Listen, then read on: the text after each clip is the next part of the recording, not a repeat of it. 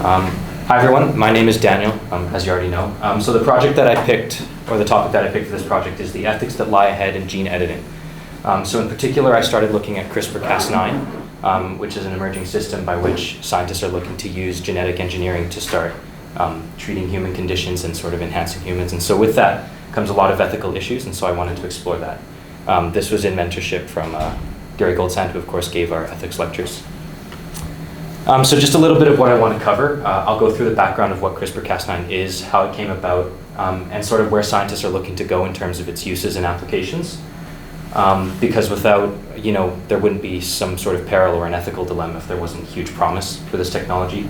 And then I'll talk about the ethical issues. So there's huge concerns about safety, on how society is going to accept such a technology, and sort of what it might do to the ethics that we use right now, ethical, social principles, that sort of thing.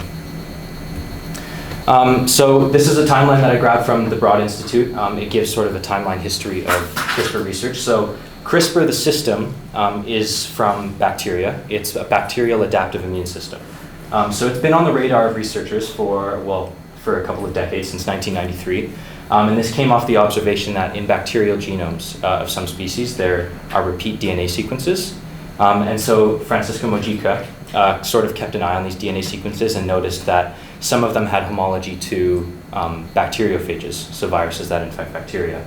And so as you go down the line, researchers started to catch on to what this could mean. They, in 2005, they discovered the Cas9 protein, which is a nuclease protein, so it has specific DNA breaking or DNA cleavage activity. And then you see going down the line, there's experimental demonstrations of it being used in bacteria as adaptive immunity, demonstrating where and how Cas9 actually cleaves DNA of a target. And then we get down to 2013, and there was a really breakthrough study by researchers under the Zhang Lab at the Broad Institute, who used CRISPR-Cas9 for gene editing in eukaryotic cells. And so this sort of revelation that it could be used in mouse cells, human cells, any eukaryotic cell, was huge in terms of the research. So I've just put a figure here of what CRISPR is. It's a little bit of a complicated diagram, but basically, when there's invading DNA from a bacteriophage, the bacteria will incorporate it into its genome at what's called the CRISPR locus. And you can see here that the alternating colors here means that there's alternating repeated sequences. And one of those becomes this bacteria, or this bacteriophage DNA. When it's transcribed into an RNA, it forms a guide RNA, and that guide RNA is what's recognized by the Cas9 protein.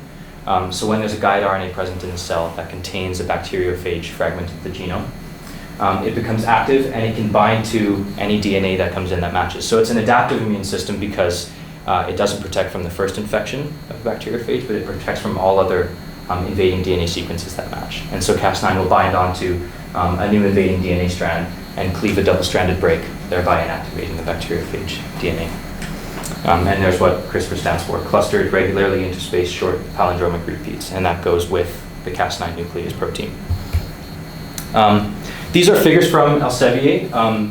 They show just how big that finding in 2013 was in terms of CRISPR research. So this figure on the left here shows the total number of papers that reference different genetic engineering technologies. So all of these are different nuclease-based editing or engineering sort of methods or proteins or apparatuses.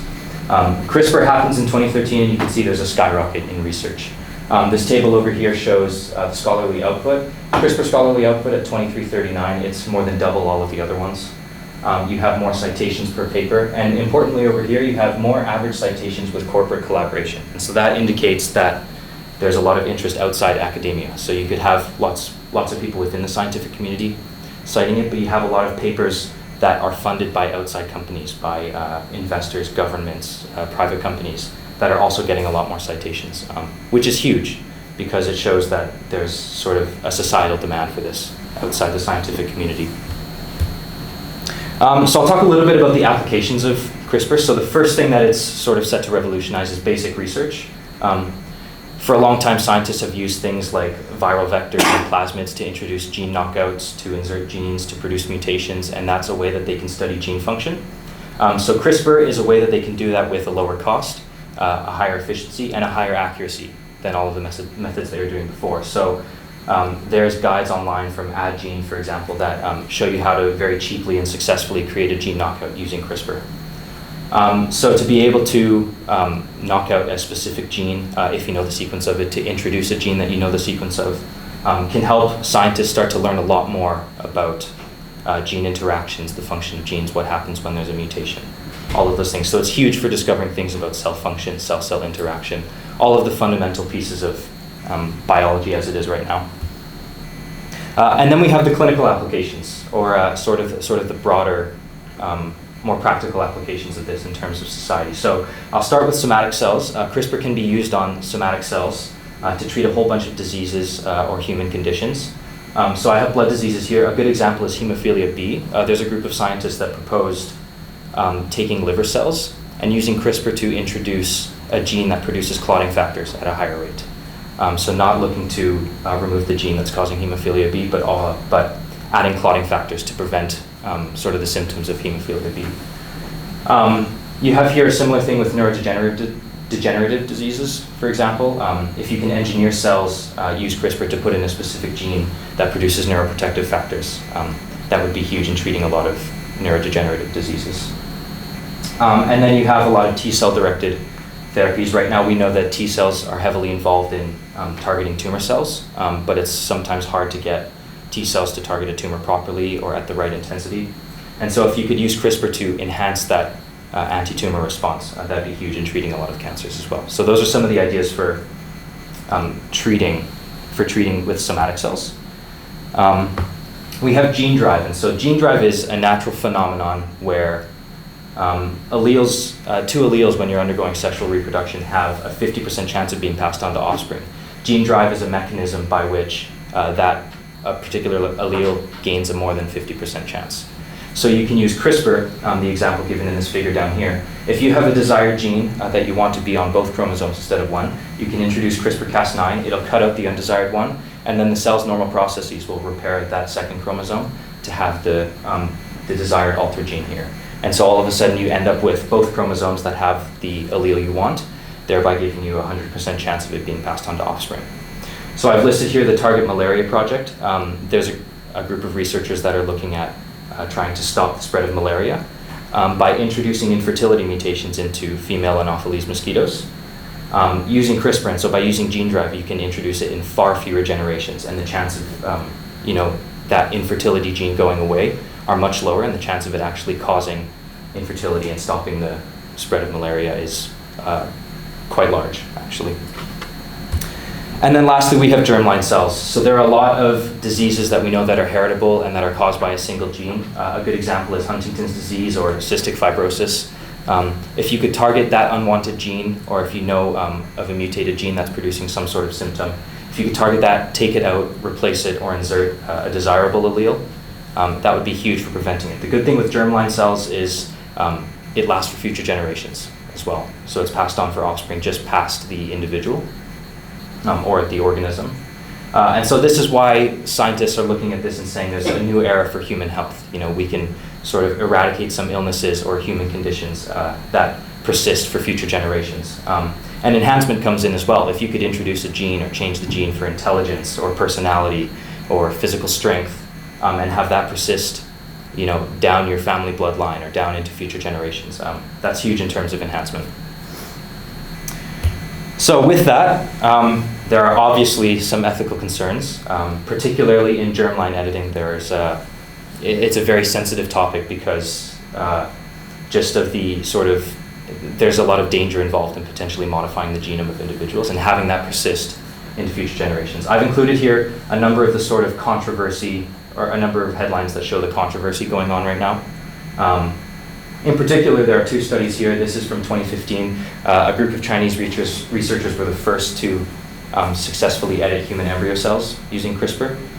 Successfully is with an asterisk because there were a lot of ethical issues. It was rejected from Nature and Science, so it instead published in an open source journal called Protein and Cell. And so there were a bunch of issues that it saw with the actual product cells that they got. In 2017, there was a group of US scientists that followed suit and were successfully able to edit human embryonic cells. So the first sort of ethical problem is the safety of CRISPR, or the safety of gene editing technology. Obviously, CRISPR brings a lot of heightened accuracy, it's a higher efficiency, it's lower cost, and these are all things that scientists want, but it's still nowhere near 100%. So I've listed here with somatic cells in particular, you can have methods where you take the cells that you want to edit out, or you can inject CRISPR reagents into the body or the tissue or the cells to have CRISPR do its gene editing. Both of these are lengthy methods that have a lot of space or capacity to introduce unwanted mutations. Just by, so for example, ex vivo methods, you would have to clonally expand the cells once you get a successful gene edit. And just by process of clonal expansion, there are DNA mutation errors that can occur. In vivo methods, you have increased risk of DNA damage, cell toxicity, and because CRISPR goes back to a bacterial system, you could have an immune response, inflammation, and that's a tough thing for scientists to control at the moment. The big two are at the bottom here. The first is risk of off-target effects. So if you have a DNA sequence that is similar to the guide sequence that's used by CRISPR, it can target that. And right now, it's very, very, very unpredictable where that could occur, if at all. And so scientists are having a tough time stopping that happening. So the two studies, the Chinese study and the American study, they both had issues with off-target effects. And the second one, which is called mosaicism. So not all the cells that you want to treat end up with the gene edit that you want. And so this can result in a lack of function, it can result in tumors, it can result in a whole bunch of detrimental problems. So like I say at the bottom, it's difficult to control for these sort of negative effects. Do they outweigh the benefits? Will they ever outweigh the benefits? It's a question that needs to be revisited as CRISPR technology for somatic cells becomes potentially better, if it ever becomes more accurate, that type of thing. When we move to germline cells, it becomes a lot more dangerous and the scale becomes a lot larger because you're passing it on to future generations. So genetic modifications at this point are a permanent endeavor. So when you think about off-target effects that we can't ever know or predict or control for, as well as not every cell gaining those sort of gene edits that you want, it's very dangerous when they persist in the germline and they exist in future generations. So I have here genetic changes are more difficult to correct and cannot easily be removed from the introduced population. So once those genes, if they're edited, end up in the population, they're subject to natural evolution as it is right now, reproductive forces, all of these things. And so it's very difficult to remove it from the population once it's in there. And so if you have unintended off-target effects or sort of an effect that the gene edit, the allele that you've edited, there's an effect down the road, say 50 or 100 years from now, that comes up because of an interaction with another gene. There's no way for scientists to know that now, but it's nearly impossible to remove it once that does happen in the future. So there's a huge ethical concern with implementing this technology for the germline, because if we're unable to predict the true long-term effects, can we ever safely implement this technology?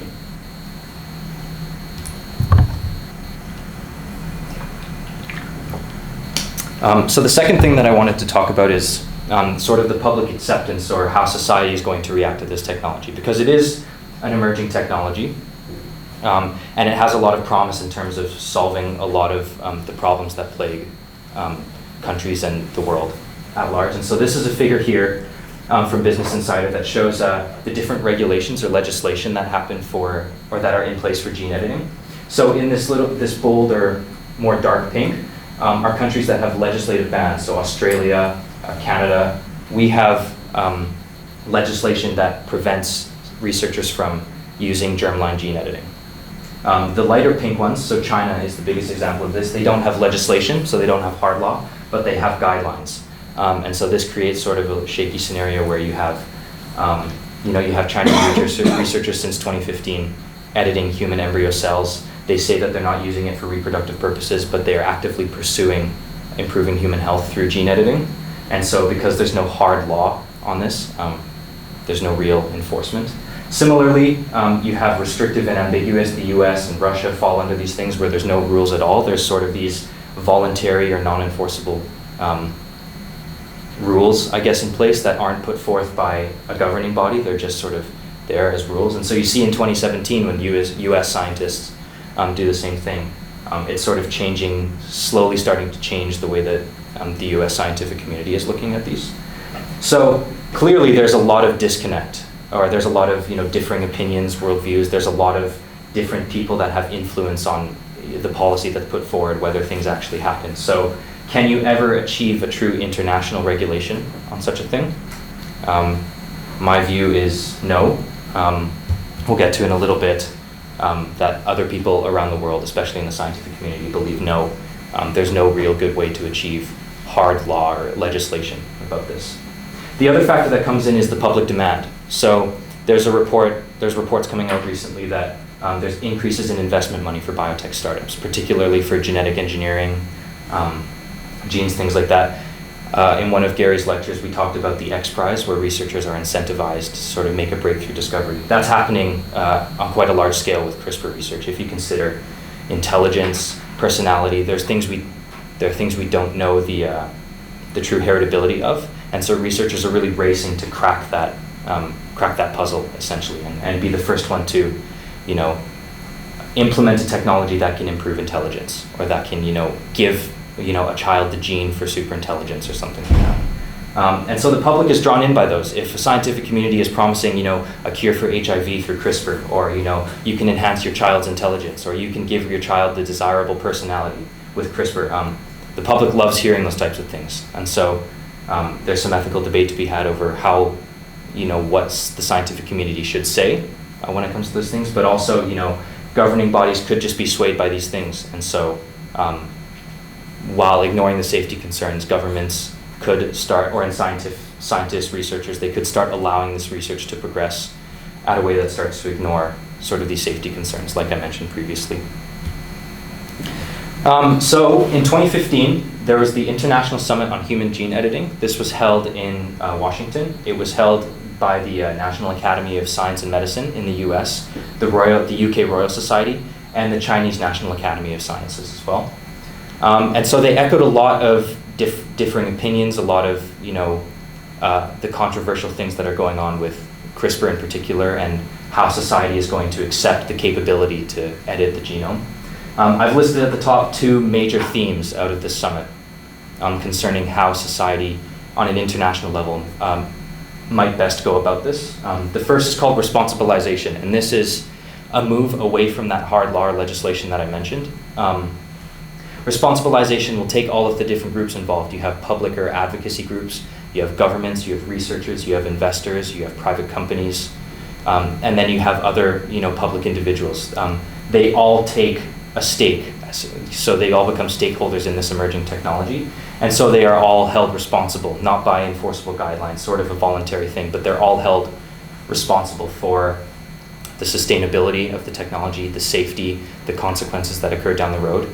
And so at the summit, they proposed that doing such a thing would remove sort of this limbo, I guess, of waiting for legislation to happen. So some people think that international legislation will never happen, and so we should start making the move towards giving all of these different groups and views a say, but also a responsibility in the technology. And global discussion is the second one, obviously with such a sensitive topic and so many religious groups, public groups, governments, government policies, things like that, weighing in on the issue. You want a discussion to happen. If there's an error, or if there's a way that CRISPR or gene editing is, sort of progressing, that a group seems to think it's out of control. You can have a discussion before it gets, before it spirals out of control. This is a quote from the summit, from Indira Nath, from the All India Institute of Medical Science. She said, "It is no longer possible to control technologies by the laws of one country. If there is a demand for a technology, people will go to whichever country has it." I think our lectures with Osmar Zayan about AI had a similar sentiment, in which you can regulate in your own country, AI research, or research that progresses a technology that's controversial, but another country's not regulating it, so everybody's just going to move there. They're going to get ahead. They're going to sort of keep pursuing things, and that can, regardless of the safety concerns. So I think this is a sentiment that should be taken into account. If you can't have countries harmonized on how to regulate, you should have all of the, go on a lower level to go to the research communities, the advocacy groups, things like that, to sort of all take an equal responsibility. The last thing that I wanted to talk about was sort of on a broad scale, almost, I guess, philosophical, the social and ethical principles that are at play and how they could change with gene editing. So the first is equality and diversity. So some people, this was echoed at the International Summit, some people think that introducing the ability to edit the genome is going to exacerbate social inequalities. So you can imagine that if it's controlled by a public market or it's controlled for a price, that price is likely to be expensive. If it's expensive, are you limiting some access to it for other people? You have healthcare systems where people are already not treating themselves for conditions that could be treated if they had more money. So with gene editing, the ability to not only cure those conditions, but one day enhance the human body, are people with less money not going to have access to it? Around the world, Africa doesn't have the infrastructure to research these things or implement them. Will it ever reach Africa? Will it reach it 50 or 100 years? And by then, if you have these sort of genetic enhancements that are being put forward by gene editing, are other countries behind? And is there a moral or ethical obligation to have, every population in the world have access to it, because you are moving the human genome forward, in a sense. One other thing about diversity is there's a fuzzy line between diversity and disability. So there's a lot of, when researchers are sort of getting into a tunnel vision, or they're focusing solely on the potential enhancements, curing a disease or things like that, they could start to cross the line between curing a disease and curing something that's merely just something that contributes to diversity. And so we mentioned in the ethics lectures a slippery slope. So what does the concept of gene editing, being able to pick a gene that's superior or pick a gene that's inferior and remove it from the population, does that blur the line between what a disability is? Does that start to remove diversity? And should that be stopped? Those are all questions that need to be addressed. Consent. Some people believe that parents make a lot of decisions for their children in terms of their health, their safety, their lifestyle, all these things. And there are some people that still argue that those are a violation of consent of the individual. So with gene editing, you'll have parents, potentially doctors, potentially governments, giving parents the option or deciding what genes to go with for a child or future generations. So is that a violation of consent? When this technology comes out, will the definition of consent in terms of children versus the relationship between children and parents change? It's hard to say. There's the potential, we're tampering with evolution at this point. Gene editing would allow you to enhance evolution past its normal pace, and so some people object to that. And the last thing here, I have it on the next slide as well, it's called the principle of procreative beneficence. So this was an ethical idea put forward by John Harris of the University of Manchester. And the principle of procreative beneficence is the moral obligation to create or produce the best offspring for a future society. So his quote here is, "We will at some point have to escape both beyond our fragile planet and beyond our fragile nature. One way to enhance our capacity to do both is by improving on human nature." So in the view of John Harris, it's our obligation with capacity to gene edit to sort of create the best future society possible. So to pick the genes that are the best and move forward. Obviously this is shades of eugenics, and so people are up in arms. Some people are up in arms about this. So at the International Summit, a counter viewpoint said the goal of society should be to ensure everybody can live a life in dignity and freedom. Can this be achieved by germline editing? My view is no. And so you have people that counter procreative beneficence by saying it's sort of putting forward the ideas of eugenics without considering the process of getting to that future society. So what harm or what potential effects are going to happen in society right now, a couple of years from now? The first 2 or so generations of children that have edited genomes, are there off-target effects? Are there unintended consequences of editing the genome that are ignored by just sort of looking far enough ahead to see that future society? So that's a sort of summary of the ethical issues. We've talked a lot about AI, and so I wanted to end on this note. When I was doing research for the paper, in the late stages, one of the things that came up was Microsoft's involvement in gene editing. Microsoft recently has put forward 2 machine learning algorithms that are predictive models that can be used for CRISPR. Basically what they do is, the first one is azimuth and the second one is elevation. And so what they do is they can tell researchers, given a gene that the researchers want to edit, they can use machine learning to give the best guide RNA that researchers could put into the CRISPR apparatus to minimize the off-target effects and to produce the best or most effective on-target effects.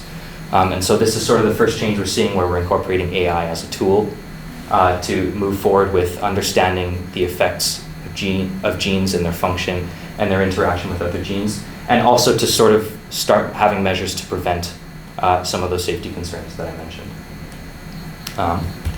So these are just a list of my references. And that's all I have.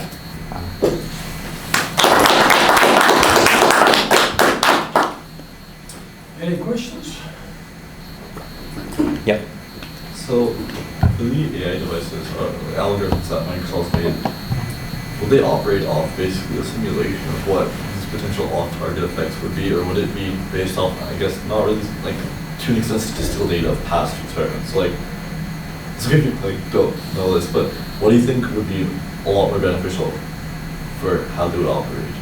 I think having data would be the best way that they operate. I think from other examples that we've seen, having a large pool, like a really large pool of data, is the best way that machine learning can operate.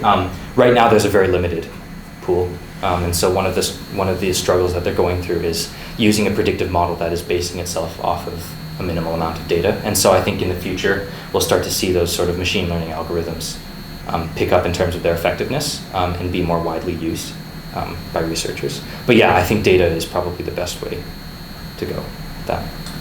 So I just wanted to point out that, like, unlike a lot of the subjects we bring up in this course, this is something that is obviously happening right now that's not regulated, that there's tremendous human and corporate and government interest in. You know, it's like every moment is probably changing, expanding. You know, it's hard to sort of capture it on a given day and say, okay, well, this is it, because you know, tomorrow will be different.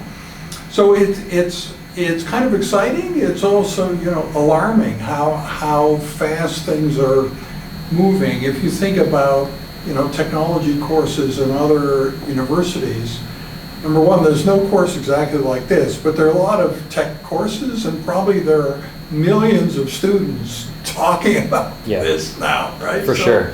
Yeah, I think, so the Zhang lab that I mentioned in 2013, that was the first to discover its use in eukaryotic cells.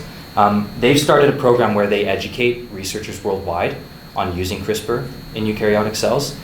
They have their reagents available for sale, and they're as cheap as like $30 or $40. And so they are actively, you know, putting this knowledge that they have out there so that global researchers can use it. I think, there's a lot of people that are all gung-ho with gene editing, and there's people that are very alarmed. So at the International Summit, the two viewpoints are progress in terms of improving the human condition and moratorium. Those were the two.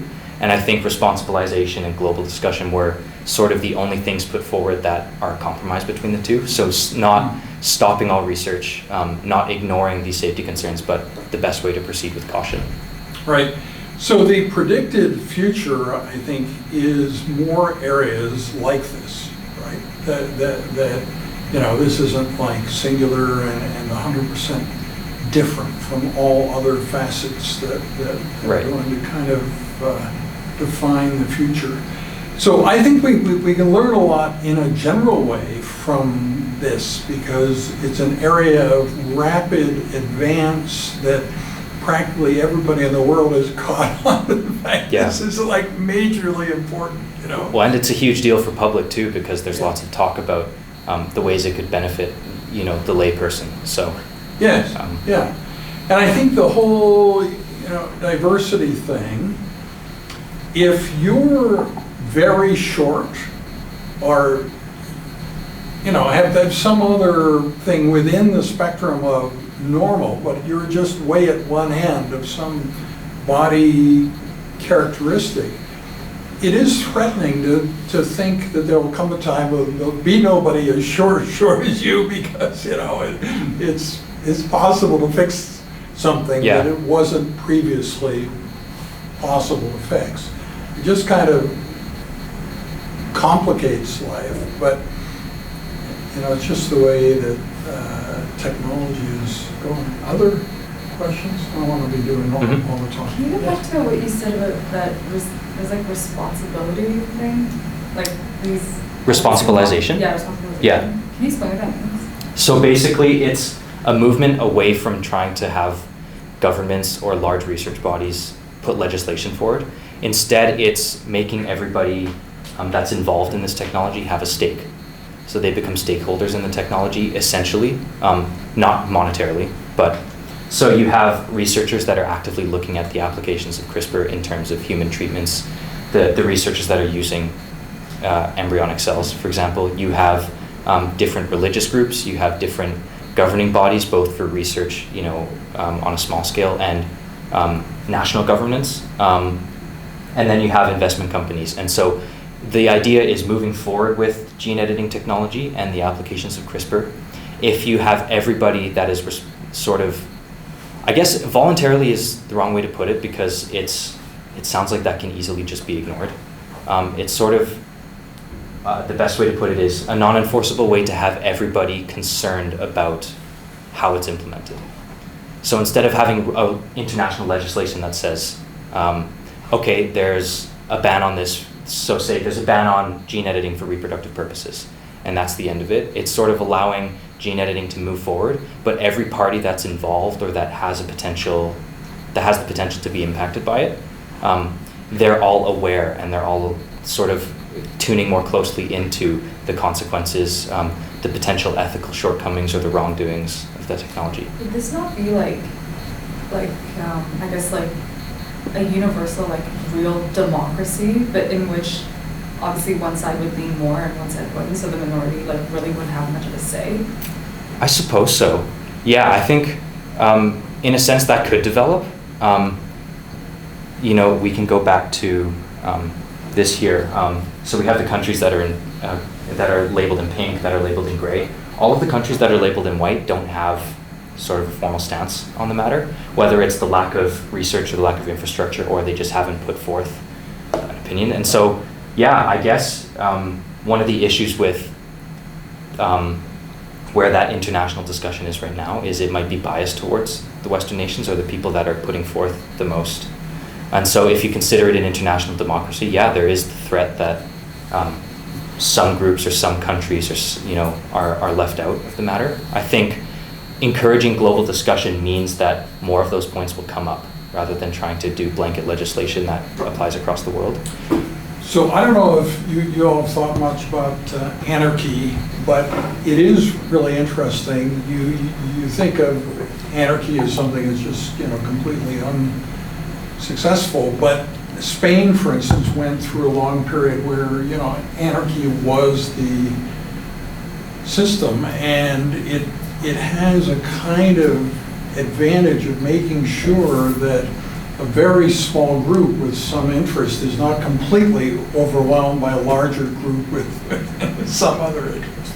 And you can imagine exactly the same thing here, that take some obscure animal that could benefit from CRISPR tech, right? But that very few people think about, care about, then this is such a potentially useful technique across the whole spectrum of the animal kingdom that there would be questions about that. Should this be used for human medicine only, or where? So it's really interesting how this could change discussions about how science should be governed. And if like the reagents for this are $30 now, you can imagine that it could go down further. It could go down further, yeah. So a really impoverished